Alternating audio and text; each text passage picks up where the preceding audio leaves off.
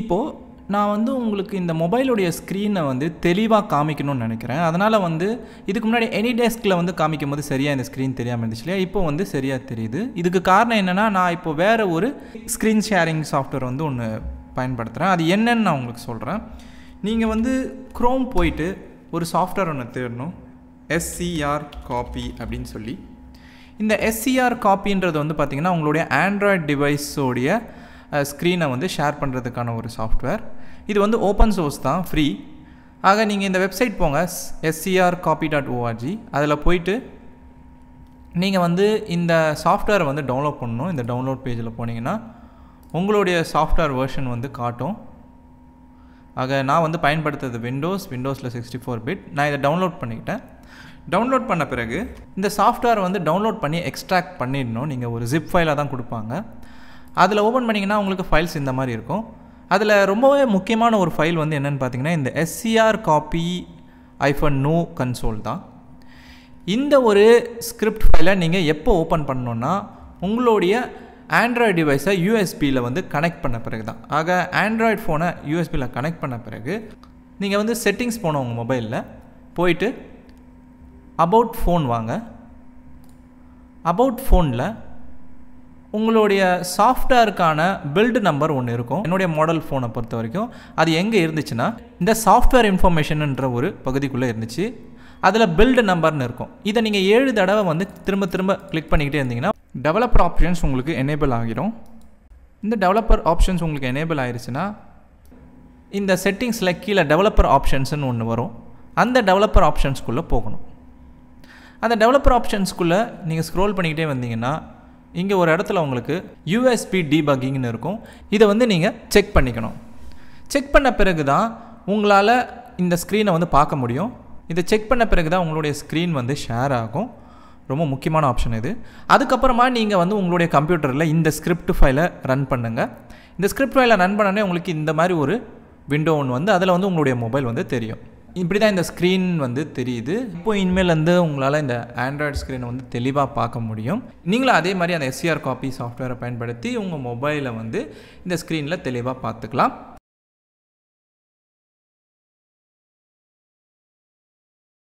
சரி, இப்போ நம்ம அடுத்து பண்ண போகிறது என்னென்னா ஒரு புது ப்ராஜெக்ட், சரிங்களா? அதனால் நான் என்ன பண்ணுறேன், நான் இந்த ப்ராஜெக்டை வந்து க்ளோஸ் பண்ண போகிறேன். இது வந்து ஒரு சும்மா ஒரு பேசிக்ஸ்க்காக நம்ம கற்றுக்கிறதுக்காக செஞ்சது. நம்ம புது ப்ராஜெக்ட் வந்து உருவாக்க போகிறோம். அதனால் வந்து இங்கே போய்ட்டு ஃபைலில் நான் இந்த ப்ராஜெக்டை வந்து க்ளோஸ் ஃபோல்டர் கொடுத்து க்ளோஸ் பண்ணிடுறேன். இப்போது புது ப்ராஜெக்டை நான் உருவாக்கிறதுக்கு நான் என்ன பண்ண போகிறேன்னா, நான் வந்து டெர்மினல் ஓப்பன் பண்ணிக்கிறேன். டெர்மினலில் போய்ட்டு D டிரைவில் இந்த ஒரு ஃபோல்டர் பேத்தை வந்து காப்பி பண்ணிக்கிறேன். ஏன்னா இங்கே தான் ப்ராஜெக்ட் வரப்போகுது. இந்த ஒரு டைரக்டரி பேத்தில் போய் நேவிகேட் பண்ணிக்கிறேன். ஓகே, இப்போ இங்கேருந்து நான் ஒரு ப்ராஜெக்ட் ஒன்று உருவாக்க போகிறேன், சரிங்களா? ஆக npx create expo app அப்படின்ற இந்த கமெண்ட் கொடுத்துட்டு புது ப்ராஜெக்டை வந்து உருவாக்க போகிறேன். ஆக புது ப்ராஜெக்டோடைய பேர் வந்து கவுண்டர் ஆப் அப்படின்னு சொல்லி நான் வைக்கிறேன். இப்போ என்ட்ரு கொடுத்த உடனே நம்ம ப்ராஜெக்ட் வந்து உருவாக ஆரம்பிக்கும். சரி, இப்போது ப்ராஜெக்ட் வந்து உருவாகியாச்சு. இப்போ நம்ம என்ன பண்ண போகிறோன்னா இந்த ப்ராஜெக்டை வந்து இந்த எடிட்டரில் ஓப்பன் பண்ண போகிறோம். இப்போது ப்ராஜெக்ட் வந்து நம்ம ஓப்பன் பண்ண போகிறோம். ஆக இப்போ இந்த ஓப்பன் ஃபோல்டர் கொடுக்குறேன். இந்த ஒர்க் ஸ்பேஸில் வந்து கவுண்டர் ஆப்னு ஒரு ஃபோல்டர், அந்த ஃபோல்டரை செலக்ட் பண்ணிக்கிறேன். இப்போ ப்ராஜெக்ட் ஓப்பன் ஆகிடும். இப்போது நம்மளுடைய இந்த எக்ஸ்போ ஆப்பை வந்து கனெக்ட் பண்ண போகிறோம். ஆக அதுக்கு முதல்ல வந்து இந்த ப்ராஜெக்டை வந்து ரன் பண்ண ஆரம்பிக்கணும். எக்ஸ்போவை ஸ்டார்ட் பண்ணி விடணும். அதுக்கு என்ன பண்ணணுங்கிறது உங்களுக்கே தெரியும், ஏற்கனவே நம்ம பார்த்துருக்கோம். npx expo start அப்படின்ற இந்த கமாண்டை வந்து கொடுக்கணும். இதை கொடுத்த பிறகு நம்மளுடைய எக்ஸ்போ வந்து மெட்ரோன்ற ஒரு ப்ரோக்ராமை ஸ்டார்ட் பண்ணோம். ஸ்டார்ட் பண்ண உடனே நமக்கு வந்து இங்கே ஒரு QR கோடு வரும். அந்த QR கோடில் வந்து நம்ம ஸ்கேன் பண்ண வேண்டியதாக இருக்கும். நான் என்ன பண்ணுறேன், நம்மளுடைய எக்ஸ்போ ஆப் நான் வரேன். ஆக எக்ஸ்போ ஆப்பில் ஏற்கனவே இருக்கிற ஆப்பை வந்து நான் க்ளோஸ் பண்ண போகிறேன். ஆக பேக் வந்துடுறேங்க. ஸோ இப்போ பார்த்திங்கன்னா ஏற்கனவே இருந்த ஆப் வந்து மை ஆப்பு, அதை வந்து நம்ம கிளியர் பண்ணிடலாம். இப்போது நம்ம ஸ்கேன் QR கோட் அப்படின்ற இந்த ஆப்ஷனை வந்து கிளிக் பண்ணி ஸ்கேன் பண்ண போகிறோம் இந்த QR கோடை. ஸ்கேன் பண்ணியாச்சு. இருந்தாலும் இப்போ பார்த்தீங்கன்னா நம்மளுக்கு பழைய ஆப்போடைய அவுட்புட்டே தெரியுது இல்லையா? இதை சரி பண்ணுறதுக்கு ஒன்றுமே இல்லை. இந்த டெர்மினலில் போயிட்டு ஆர் கீயை ப்ரெஸ் பண்ணுங்கள். ஆப் வந்து ரிஃப்ரெஷ் ஆகும். உங்களுக்கு உங்களுடைய ஆப் வந்து கனெக்ட் ஆகும். பண்டலிங் நடக்குது. இந்த பண்டலிங் வந்து 100% முடிஞ்ச உடனே உங்கள் ஆப் வந்து ஓப்பன் ஆயிடுச்சு இங்கே. சரி, இப்போ நம்ம வந்து நம்மளுடைய ஆப் டெவலப்மெண்ட்டை ஸ்டார்ட் பண்ண போகிறோம். கவுண்டர் ஆப்புன்ற நம்மளுடைய ப்ராஜெக்ட்டுக்கு முக்கியமாக நம்மளுடைய இப்போ கவுண்டர் ஆப் அப்படின்ற ஒரு ஆப் வந்து நம்ம ஸ்க்ரீனில் வந்து சில காம்போனன்ட்ஸை நம்ம கொண்டு வர வேண்டியது இருக்குது. ஸோ அதெல்லாம் என்னென்னு பார்க்கலாம். முதல்ல வந்து இந்த இடத்துல டெக்ஸ்ட் வந்து இருக்கு இல்லையா, டெக்ஸ்ட் காம்போனெண்ட். அதில் வந்து இந்த ஓப்பன் அப் வார்த்தைகளெல்லாம் எடுத்துட்டு அதில் வந்து ஒரு நம்பர் ஒன்று கொடுக்குறேன், 2 அப்படின்ற ஒரு நம்பர். இதுதான் கவுண்ட், ஒரு எண்ணிக்கை. சரிங்களா? இந்த எண்ணிக்கை இன்னும் கொஞ்சம் நேரத்தில் மாறப்போகுது. இப்போதைக்கு அதை நம்ம ஒரு டெக்ஸ்டாக மட்டும் வச்சுக்கிறோம். சரிங்களா? இப்போது அடுத்து என்ன பண்ண போகிறோன்னா, இந்த ஸ்டேட்டஸ் பார் அந்த காம்போனெண்ட்டை தூக்கிடலாம். நம்மளுக்கு இது தேவைப்படாது இந்த ஆப்பில். அதை பார்த்தீங்கன்னா இப்போ மேலே ஸ்டேட்டஸ் பார் வந்து ஒயிட் கலர் போயிடும். அடுத்து இங்கே வந்து வியூ காம்போனெண்ட் ஒன்று பயன்படுத்துகிறோம். ஆக வியூ காம்போனெண்ட் அது எதுக்கு அப்படின்னா, அதுக்குள்ளே வந்து 2 பட்டன் காம்போனெண்ட்டை நம்ம கொண்டு வர போகிறோம். ஆக பட்டன் காம்போனெண்ட்டை முதல்ல வந்து நம்ம இங்கே மேலே இம்போர்ட் பண்ணிக்கணும். இம்போர்ட் பண்ணிக்கிட்டு அதை வந்து இங்கே நம்ம பயன்படுத்த போகிறோம். ஆக பட்டன் அப்படின்னு சொல்லி நம்ம ஒரு செல்ஃப் க்ளோசிங் டேக்காக தான் இதை பயன்படுத்தணும்.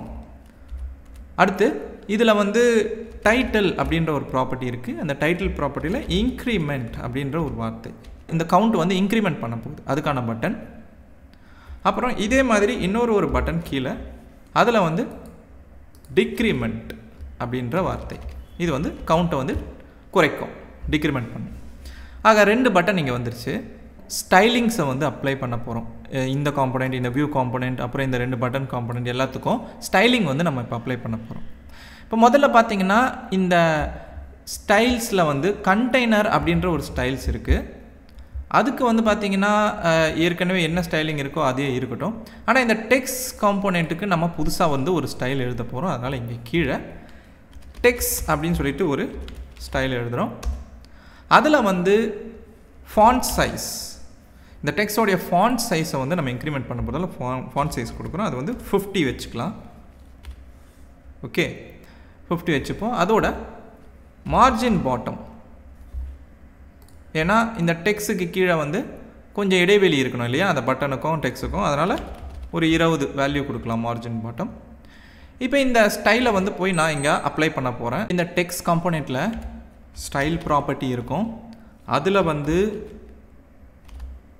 ஸ்டைல்ஸில் டெக்ஸ்ட் அப்படின்ற ஸ்டைல் அதை அப்ளை பண்ணுறேன். இப்போ பார்த்தீங்கன்னா இந்த டெக்ஸ்ட் வந்து கொஞ்சம் பெருசாக தெரியுது. அதோட வந்து இந்த டெக்ஸ்ட்டுக்கு கீழே கொஞ்சம் இடைவெளி இருக்குது. இதுதான் நம்ம இங்கே அப்ளை பண்ண இந்த ஸ்டைல் ஆட்ரிபியூட்ஸ். இப்போ அடுத்து என்ன பண்ண போகிறோன்னா, இந்த பட்டனுக்கு வந்து சில டிசைன் ப்ராப்பர்ட்டிஸ், ஸ்டைல் ப்ராப்பர்ட்டிஸ் வந்து கொடுக்க போகிறோம். அதுக்காக நம்ம என்ன பண்ணுறோன்னா, இந்த டெக்ஸ்ட் மாதிரியே கீழே வந்து பட்டன் கண்டெய்னர்ன்ற ஒரு ஸ்டைலை உருவாக்குறோம்.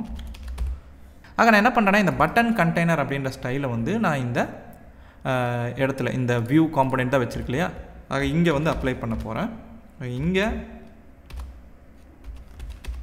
ஸ்டைல்ஸில் பட்டன் கண்டெய்னர். இப்போது இந்த மேலே கீழே இருக்கிற இந்த பட்டனை வந்து நான் என்ன பண்ண போகிறேன்னா, இடது வலது பக்கமாக மாற்ற போகிறேன். அதுக்கு நான் என்ன செய்யணுன்னா, இந்த இடத்துல இந்த வியூ அப்படின்ற காம்போனெண்ட்டோடைய டைரக்ஷன், ஃப்ளெக்ஸ் டைரக்ஷனை வந்து நான் மாற்ற போகிறேன். ஆக ஃப்ளெக்ஸ் டைரக்ஷன் எப்போவுமே காலம் அப்படின்ற மாதிரி தான் இருக்கும். நம்ம என்ன பண்ண போகிறோன்னா, அதை ரோன்னு மாற்ற போகிறோம். ஆக இந்த ஃப்ளெக்ஸ் டைரக்ஷனில் போயிட்டு வேல்யூ வந்து நீங்கள் ரோ அப்படின்னு கொடுத்தீங்கன்னா, இப்போ மேலே கீழே இருக்கிற இந்த பட்டன்ஸ் இடது வலது பக்கமாக மாறிடும். இந்த இடத்துலேருந்து வலது பக்கம்ன்றது வந்து ரோ அப்படின்னு சொல்லுவோம்.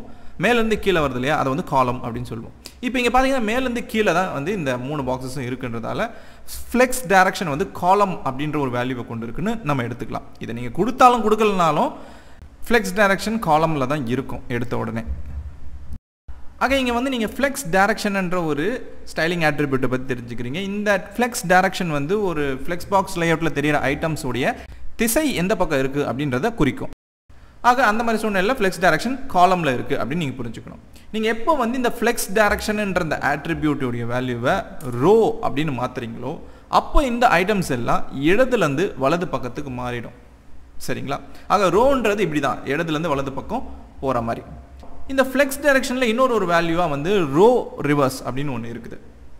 அது என்ன பண்ணோம்னா இப்போ பாருங்கள் 1 2 3ன்னு இருக்கா. இப்போ ரோ ரிவர்ஸ் வேல்யூ வச்சோன்னு வச்சுக்கோங்க 3 2 1 அப்படின்னு மாறிடும். கிட்டத்தட்ட இப்போ உங்களுக்கு புரிஞ்சிருக்கும் ரோ ரிவர்ஸுங்கிறது இடதுலேருந்து வலது பக்கமாக தெரியறதுக்கு பதிலாக வலதுலேருந்து இடது பக்கமாக மாற்றி காட்டும். இதுதான் ரோ ரிவர்ஸோடைய விஷயம். ஆக இதுதான் வந்து ரோ மற்றும் ரோ ரிவர்ஸ்க்கான வித்தியாசம். இப்போது இந்த இன்க்ரிமெண்ட் மற்றும் டிக்ரிமெண்ட் பட்டன் வந்து இடிச்சுக்கிட்டு இருக்கு. இதுக்கு நடுவில் ஒரு இடைவெளி வேணும் அப்படின்னு நினைக்கிறோம். அந்த இடைவெளியை நீங்கள் கொடுக்கணும்னா அதுக்கு நீங்கள் வந்து இந்த பட்டன் கண்டெய்னர் இருக்கு இல்லையா, அதாவது இந்த வியூ காம்பனண்ட், இதோடைய விட்த் என்ன அப்படிங்கிறத வந்து நம்ம சொல்லணும்.